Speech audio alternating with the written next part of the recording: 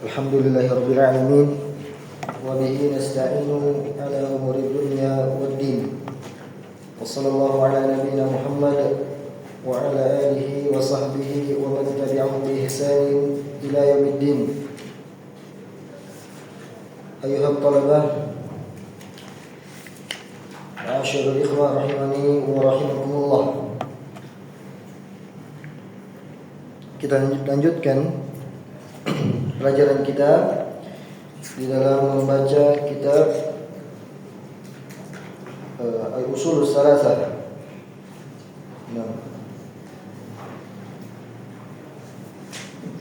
Kita sudah masuk di pembahasan bab mengenal agama Islam, ma'rifatul dinil Islam bil adillah, yaitu usul yang kedua. Berarti usul yang pertama sudah kita lewati.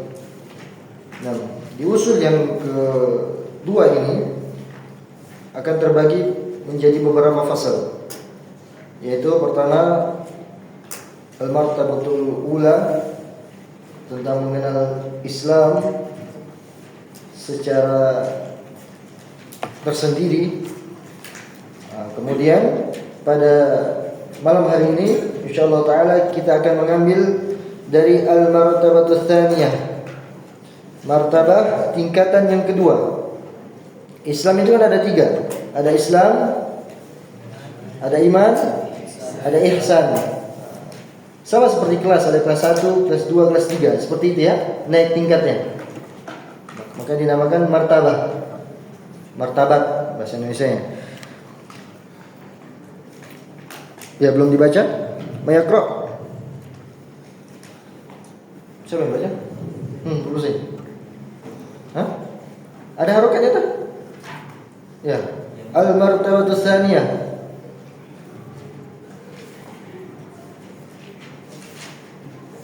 Kalau kita lupa, dia lupa juga. Gimana?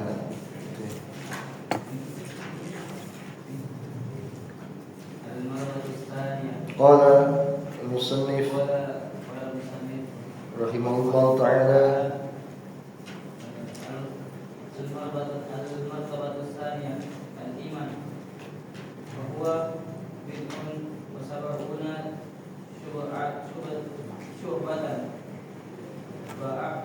fa'a'laha qawluhu la ilaha illallah wa adnaha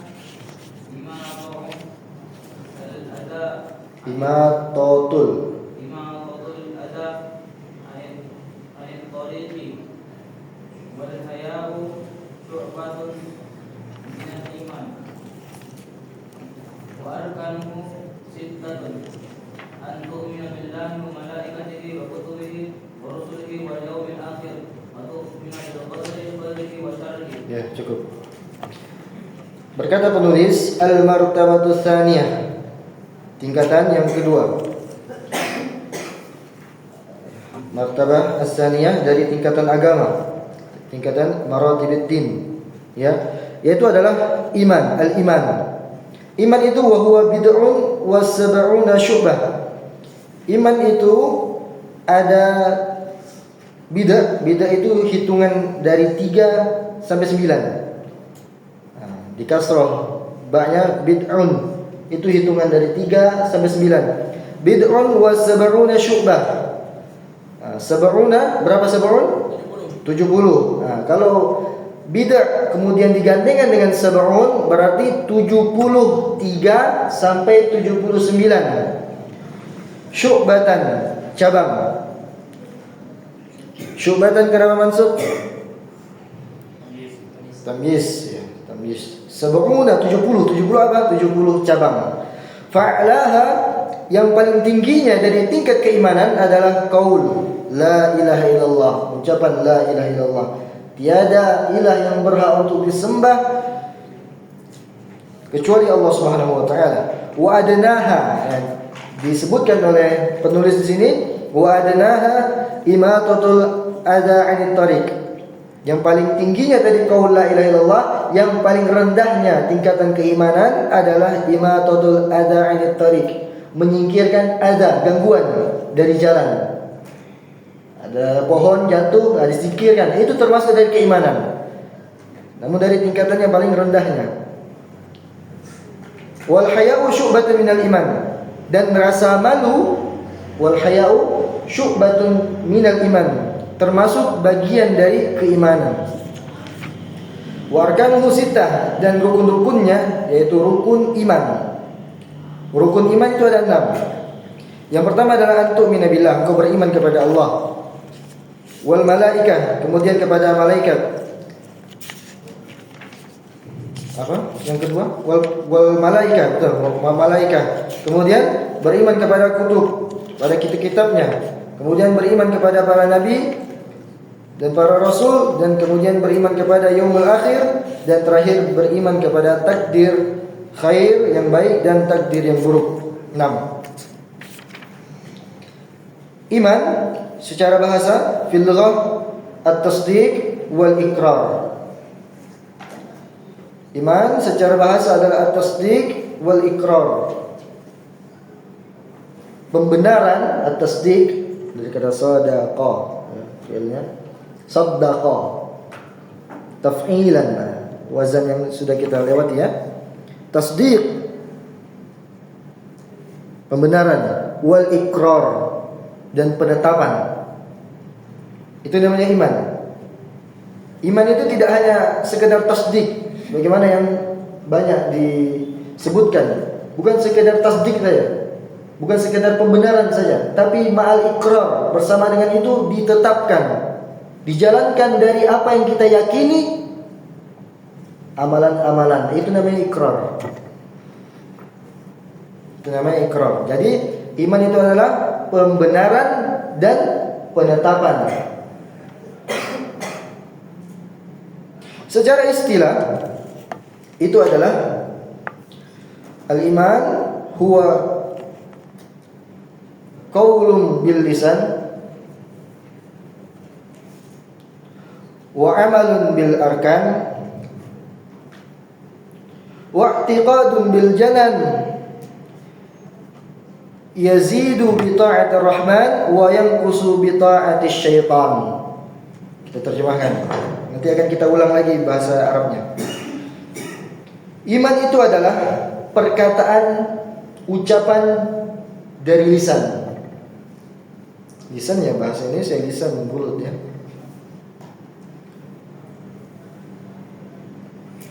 Wa amalun bil arkan, dan amalan dengan anggota badan.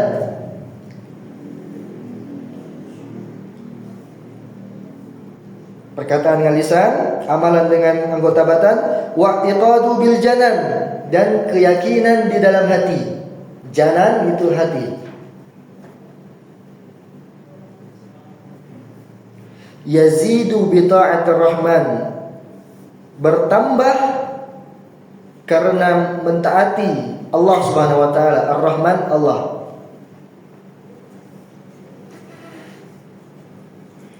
Wa yanqusu bi ta'ati syaitan, dan berkurang.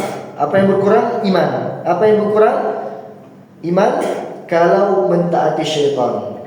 Bertambah karena mentaati Allah, berkurang karena mentaati syaitan. Sama-sama mentaati, tapi satu mentaati Allah, satu mentaati syaitan. Satu bertambah, satu berkurang dari keimanan. Itu ya, keimanannya. Berarti dari definisi ini sudah mencakup dari apa itu iman. Iman itu adalah apa yang diucapkan, kemudian apa yang diamalkan, apa yang menjadi sebuah keyakinan di dalam hati. Nah, itu namanya iman. Iman seseorang, apa yang diucapkan itu realisasi, bukti dari apa yang dia yakini, apa yang dia imani. Kemudian apa yang dia lakukan dari anggota badannya itu realisasi juga dari keimanannya. Kemudian apa yang dia terbetik dalam hati itu juga realisasi dari bentuk keimanannya. Dan iman itu bertambah dan berkurang. Dan iman itu bertambah dan berkurang. Ini akidah Ahlussunnah wal Jamaah tentang menyebutkan keimanan bertambah dan berkurang. Ya, bertambah dan berkurang. Karena di sana ada firqah-firqah sesat yang mengatakan bahwasanya iman itu sesuatu yang utuh. Mau dia taat kepada Allah, mau dia maksiati Allah, namanya iman tetap utuh. Seperti mazhabnya Murji'ah. Mazhabnya Murji'ah. Ya. Makanya yazidu bi ta'atir rahman wa yanqusu bi ta'ati syaitan itu merupakan dari khilaf, dari pembeda antara akidah Ahlussunnah dan akidah Ahlulbidah. 6. Ada berapa cabang keimanan? Ada 70. Ini diriwayat oleh Imam Muslim ya. Penyebutan al-imanu bintun wa sab'una syu'bah. Ini hadis ya, hadis cuman dibawakan oleh penulis di dalam bentuk nathar, tulisan biasa. Sab'una syu'bah. Ya. Di dalam riwayat Imam Bukhari itu situn, ada 60. 63, 60 sampai 69 cabang. Namun itu cuma angka. Ya, tidak perlu untuk diperselisihkan. 6. Lihat bagaimana bentuk keimanan. Iman itu kan yang diucapkan, yang direalisasikan dalam amalan dan apa yang terbetik dalam hati. Nah, kemudian beliau mengatakan fa'alaha qaulu la ilaha illallah. Maka yang tingginya itu adalah kalimat, ucapan kalimat la ilaha illallah. Qaul bil lisan. Sudah satu. Berarti keimanan. Wa adnaha imatatul ada di tariq. Dan yang paling rendahnya dari tingkat keimanan itu adalah menyingkirkan gangguan dari jalan. Masuk di mana dia? Amal bil arkan. Beramal dengan anggota badan, menyingkirkan gangguan di jalan. Wal haya'u syu'batun minal iman, dan yang namanya rasa malu itu adalah bagian dari keimanan. Masuk di mana? I'tiqadun bil janan, hati. Masuk di dalam amalan hati.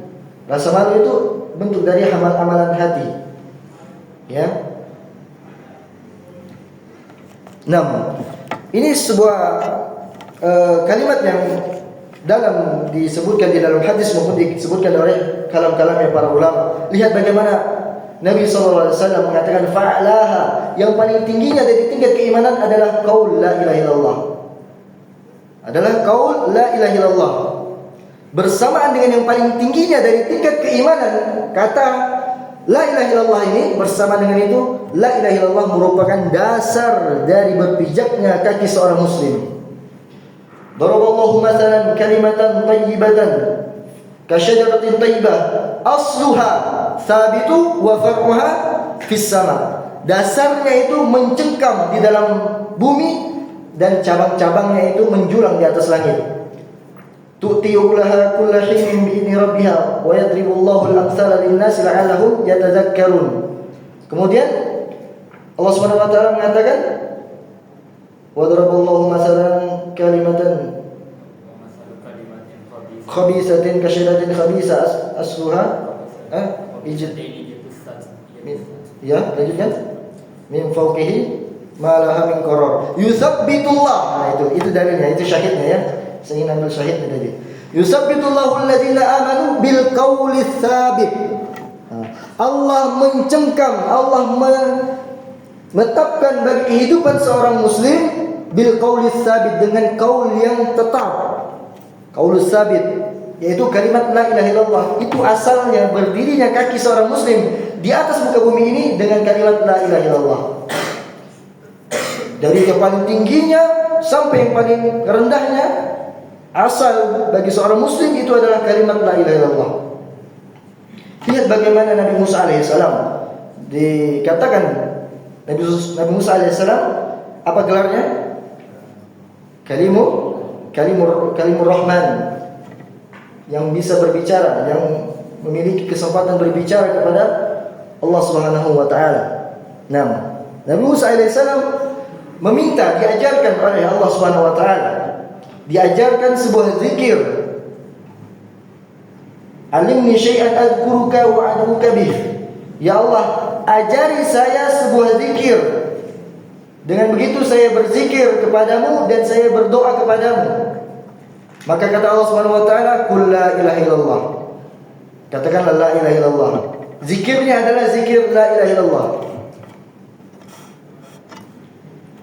Bukan hu ya. La ilaha illallah, Allah Subhanahu wa taala sendiri yang ajarkan Nabi Musa. Nah, ini dalilnya la ilaha illallah secara lengkap, tanpa terputus, tanpa terpisah. La ilaha illallah. Maka kata Nabi Musa, "Ya Rabbi, kullu ibadika yaquluna hadza." Wahai Rabbku, wahai Allah Subhanahu wa taala, setiap hambamu itu mengucapkan itu, la ilaha illallah. Maksudnya Nabi Musa ini ingin diajarkan sebuah ilmu yang khusus, yang mungkin bisa menaikkan derajatnya di antara hamba-hamba yang lain. Itu maksud Nabi Musa alaihissalam. Tapi kata Allah Subhanahu wa taala, "Ya Musa, law anna as-samawati as-sab'a wa amiruhunna ghairi wal aradina as-sab'a fi kifatin wa la ilaha illallah fi kifatin malat bihinna la ilaha illallah." Wahai Musa, diajari lagi kepada Musa ini sebuah ilmu yang sangat besar. Kalaulah apa yang ada di atas langit ini seluruhnya kecuali saya. Itu penetapan bahwasanya Allah berada di atas. Dibaca oleh orang-orang sesat seperti itu. Tapi kita tanya di mana Allah? Allah di mana-mana. Padahal dia baca kitab Sahih Bukhari, kitab Sahih Muslim. 6. Wal aradina sab'ah, dan bumi digabung antara langit dan bumi yang tujuhnya di sebuah timbangan. Wala ilaha illallah fi kifatin. Kemudian kalimat la ilaha illallah fi kifatin. Malat bihinna la ilaha illallah. Maka la ilaha illallah malat. Namanya malat itu ini turun, ini terguncang. Itu malat namanya. Berarti tidak ada apa-apanya langit dan bumi. Itu kalimat la ilaha illallah. Ya, itu kalimat la ilaha illallah. Wa adnaha imatatul adha anit tariq. Dan yang paling rendahnya dari keimanan itu adalah menyingkirkan gangguan dari jalan. Ya, menyingkirkan gangguan dari jalan ini itu penyebutan secara spesifikasinya. Cuman bisa dibawa kepada makna umumnya. Apapun lah dari gangguan-gangguan yang ada di antara kaum muslimin, ya, manusia bersegera untuk menyingkirkannya. Apakah itu dari gangguan jalannya ataupun gangguan dari sebuah lingkungan negerinya, masyarakatnya. Terlebih lagi orang-orang yang menyingkirkan manusia dari sesuatu yang memudaratkan bagi agamanya. Itu tugasnya para ulama, itu tugasnya para dai. Itu termasuk ya dari bentuk imatatul adza anit tariq. Wal haya'u syu'batun minal iman, dan rasa malu itu adalah bagian dari keimanan. Ya, rasa malu. Rasa malu itu adalah malu tatkala melakukan sebuah kesalahan, malu tatkala keterlambatan, malu tatkala hati ini terasa lalai dari Allah. Itu namanya malu. Bukan malu itu kalau disuruh duduk depan malu, kalau suruh di sop depan malu, kalau disuruh pakai jubah malu. Itu bukan malu, tapi penakut. Ya, itu penakut. Aslinya penakut. Bukan malu. Malu itu baik. Wal haya'u. Namanya saja wal haya'u syu'batun minal iman. Iman yang kebaikan. Haya masuk dari keimanan, dari kebaikan. Dan yang kita sebutkan tadi itu dari sifat-sifat para penakut. 6. Warkanuhu sittah, dan rukunnya ada 6. Rukunnya ada 6. Apakah antum bingung tentang, kan disebutkan tadi iman itu ada 73-79 cabang. Kemudian Syekh menyebutkan warkanuhu dan rukunnya ada 6. Maksudnya adalah masuknya Muhammad ya. Maksudnya adalah asal keimanan itu ada 6. Nah, ini asalnya, pondasinya itu ada 6. Iman kepada Allah sampai iman kepada takdir baik dan buruk. Kemudian cabang-cabangnya itu, nah itu yang 73, 76. 73 sampai 79 cabang. Nah, mungkin dari keimanan kepada Allah ada berapa cabang, berapa puluh cabang. Kemudian iman kepada malaikat ada berapa cabang, ada berapa cabang. Nah, itu maksudnya ya, cabangnya ya.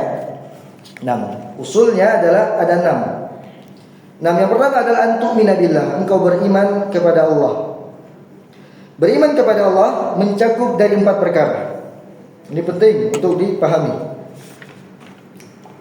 Seseorang dikatakan sebagai orang yang beriman kepada Allah kalau dia mencakup dari 4 perkara. Yang pertama adalah al-imanu biwujudillah.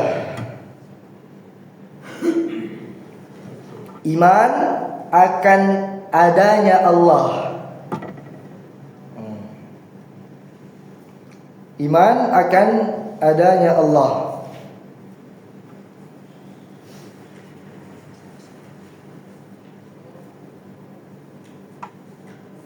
Dan iman akan adanya Allah Subhanahu wa taala itu dibuktikan dari segala penjuru dalil, dalil akal, ya, dari dalil syar'i, kemudian dalil kauni, penciptaan, itu menunjukkan semuanya akan adanya Allah Subhanahu wa taala. Ma min mauludin illa yuladu 'alal fitrah.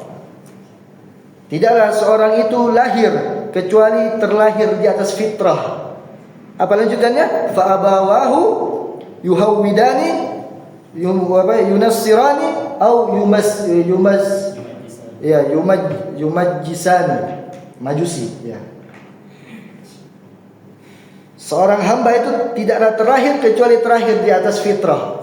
Maka kedua orang tuanya yang membuat dia Yahudi, kedua orang tuanya membuat dia Nasara, kedua orang tuanya juga membuat dia Majusi.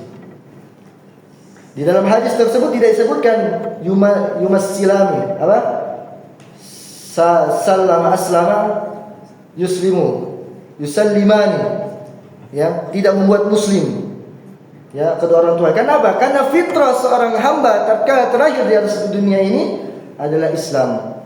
Dia meyakini bahwasanya Allah itu ada. Itu bentuk dari keimanan kepada Allah Subhanahu wa taala. Ya, keimanan kepada Allah Subhanahu wa taala. Dan orang-orang yang sesat di luar sana yang menjijikan mengatakan bahwasanya tidak ada yang namanya Allah, bahkan tidak ada yang namanya pencipta. Ini berarti dia berfikir sesuatu yang menyalahi fitrahnya, menyalahi akal sehatnya. Itu hakikat mereka seperti itu. Walaupun mereka menamakan diri mereka sebagai akal sehat, tapi hakikatnya itu adalah akal sesat. Ya, akal sesat seperti itu, ya. Orang-orang apa kalau tidak menganggap Allah? Majusi. Apalagi ateis, ya, ateis, ya.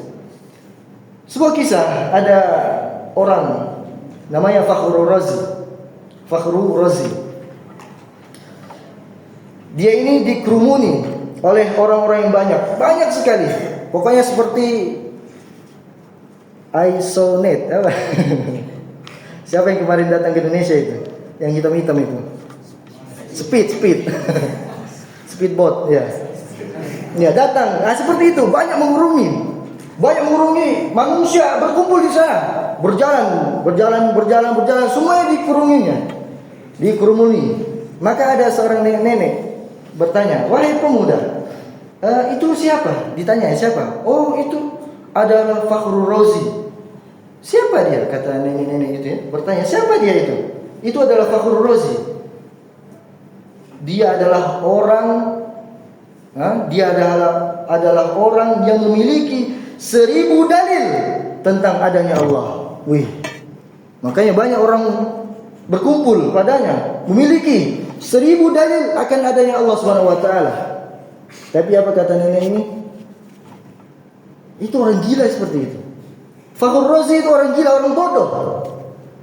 Kenapa? Afillahi syak. Apakah ada pada diri Allah itu keraguan? Kata nenek tersebut membungkam para fans-fansnya.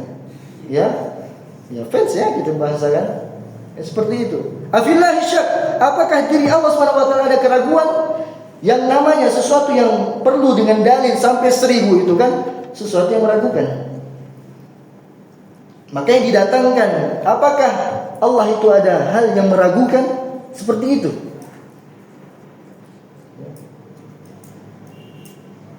Maka orang-orang, bahkan mereka seperti itu yang menganggap bahwa saya tidak ada pencipta, tidak ada namanya Allah Subhanahu wa taala. Lalu bagaimana bumi ini bisa diwujudkan? Itu ada namanya faktor X. Nama faktor X disebutkan oleh Albert Einstein Bahlul.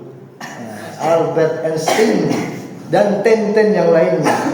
Apalagi siapa lagi? Plato. Plato. Plato dan Toto yang lainnya. Alexander.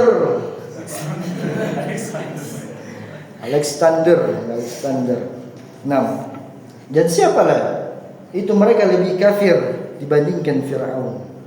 Fir'aun tidak ada orang mau bernama Fir'aun. Ya, Fir'aun sangat bengis, menentang Allah Subhanahu wa taala. Bersama dengan itu apa kata Allah Subhanahu wa taala? Wajahadu biha. Apa lagi? Wastaiqanatha anfusuhum dzulma wa 'uluwa. Fir'aun itu mengingkari akan adanya Allah. Itu mengingkari akan adanya pencipta. Dialah Rabbukumul A'la, kata Fir'aun. Saya adalah Rabb kalian yang maha tinggi. Wastaiqanatha anfus. Sedangkan hatinya beriman akan adanya Allah. Cuman dia itu adalah bentuk dari kezaliman dan kesombongannya. Maka dia menampakkan seperti itu.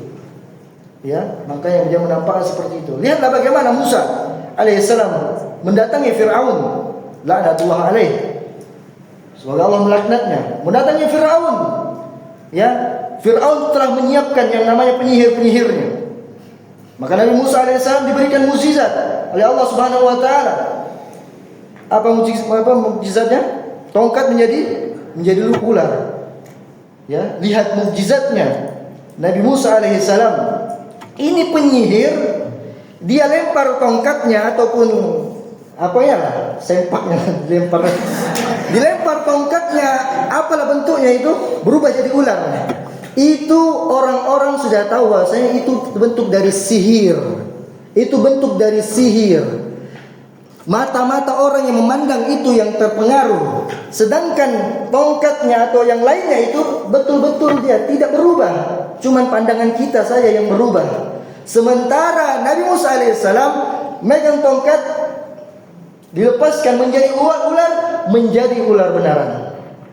Tongkatnya tongkat benaran, kemudian jadi ular benaran.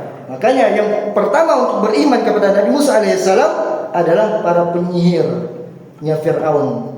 Para penyihirnya Fir'aun. Karena apa? Ini tidak mungkin dari sihir. Ini murni dari mukjizat dari Allah Subhanahu wa taala. Cuman yang namanya Fir'aun, si politikus yang paling tikus ini, dia ada metode lain. Oh tidak, itu sihirnya Nabi Musa. Maka dia bunuh itu penyihir-penyihirnya. Karena penyihirnya dikatakan bekerja sama dengan Nabi Musa. Nah, itu namanya politiknya yang paling tikusnya, politikus. Iya. Itu namanya Fir'aun. Maka kita menganggap bahwasanya Allah Subhanahu wa taala itu ada. Allah Subhanahu wa taala itu yang telah menciptakan langit dan bumi.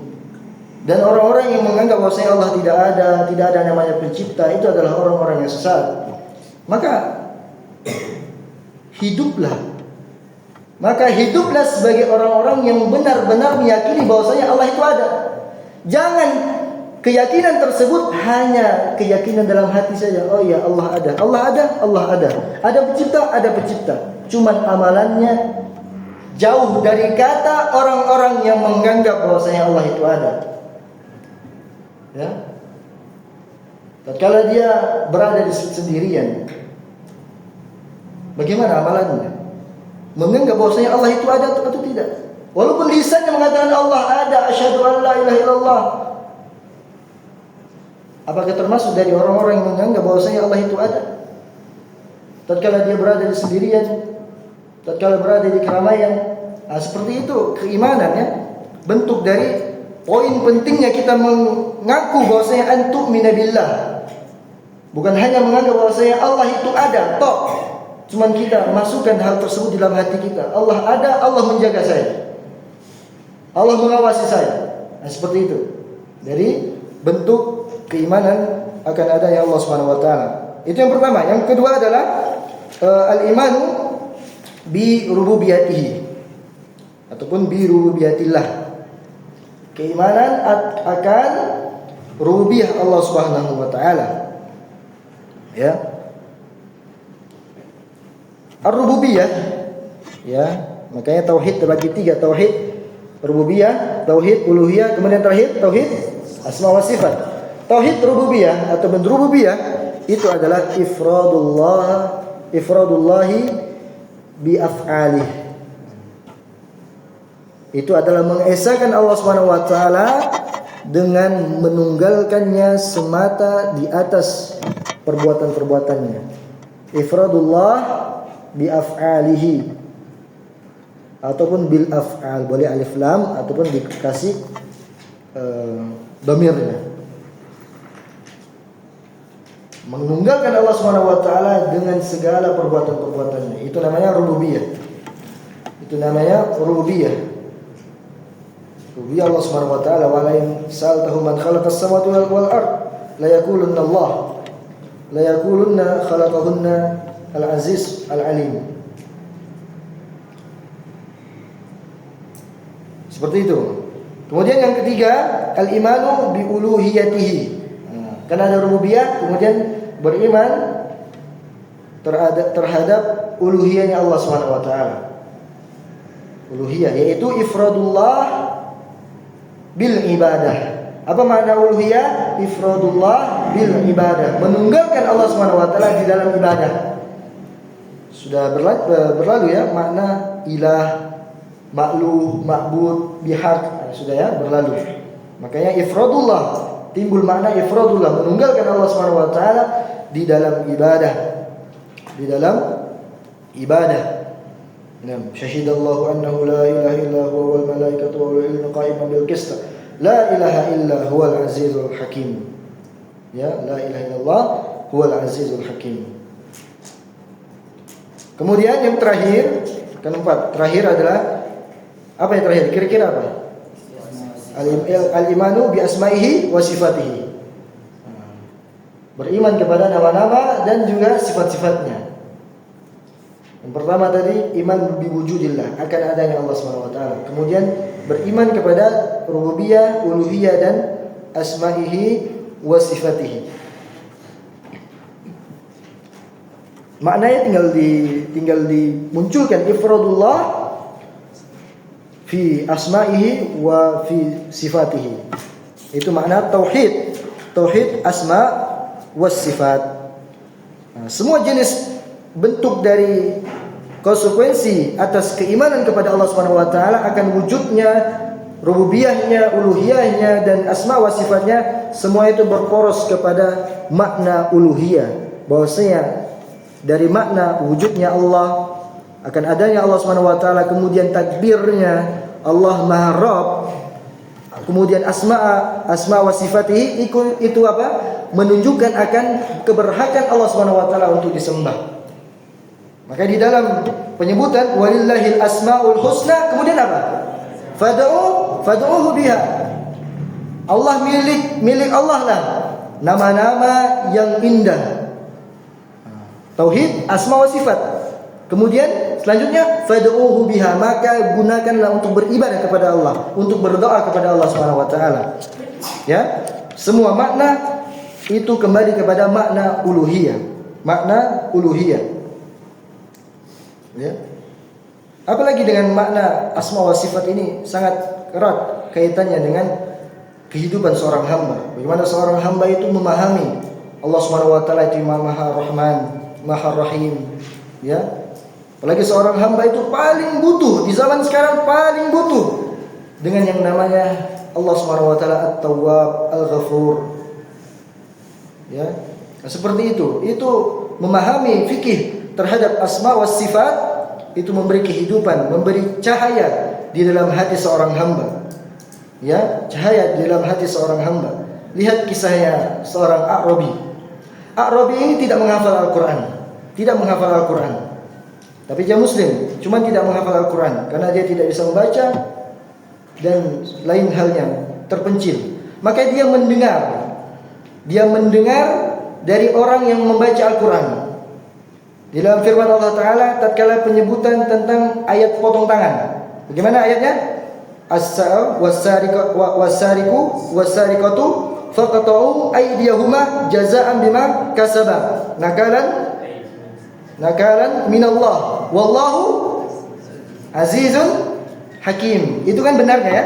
Azizun hakim. Dari nama Allah Al-Aziz, nama Allah Al-Hakim. Namun orang ini yang baca Quran salah.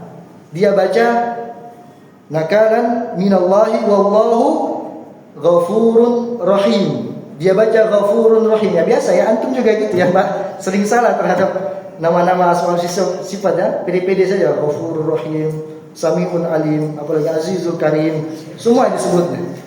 Ya. Dia salah baca ghafurur rahim. Itu terbaca dalam ayatnya. Maka kata seorang Arabi yang tidak hafal dengan Al-Quran, dia mengatakan itu bukan Al-Quran katanya. Itu bukan Al-Quran katanya. Itu bukan Al-Quran. Lalu si pembaca ini barulah dia meroja hafalannya dengan menggunakan mushaf. Terdapat dari kesalahan. Rupanya azizun hakim. Karena apa? Karena asma wa sifat itu ada bentuk dari kehidupan seorang hamba. Lihat bagaimana Allah Subhanahu wa taala.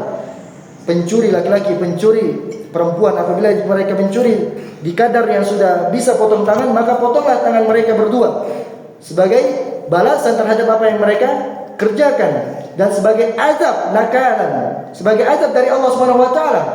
Maka yang paling benarnya di dalam asma wa sifatnya Allah Subhanahu wa taala, Azizun Hakim. Allah Maha Aziz, Maha Perkasa, wa Hakim, yang Maha Bijaksana. Beda dengan Ghafurur Rahim, Allah Maha Pengampun, Maha Penyayang. Allah tidak. Kalau Allah Maha Pengampun, Allah Maha Penyayang, disebutkan dalam ayat tersebut tidak cocok. Karena Allah Subhanahu wa taala perintahkan untuk potong tangan. Ya. Di dalam pikiran kita hukum potong tangan itu kan tidak cocok untuk dari nama Ar-Rahman, Ar-Rahim. Itu dalam pikiran kita. Cuman itulah bentuk dari rahmat Allah Subhanahu wa taala terhadap orang-orang yang melakukan pencurian. Nah, di sini ada kasus pencurian, tidak ada ya? Parang banyak di ruko banyak, pisau, model-modelnya banyak. Dan tidak boleh menghakim dengan hakim tersebut. Apalagi yang dicurinya cuma Indomie saja. Ya, curi Indomie. Tidak terkena hukum, had. Nah. Ya, kita cukupkan. Sudah memasuki Isya. Karena pembahasan masih panjang ya. Pembahasan malaikat, kemudian pembahasan lainnya. Ya. Mungkin terakhir ya pertemuan ini ya. Karena ujian tidak masuk ya. Persiapan semuanya. Bertemu di bulan selanjutnya. Tidak tahu masih saya atau tidak.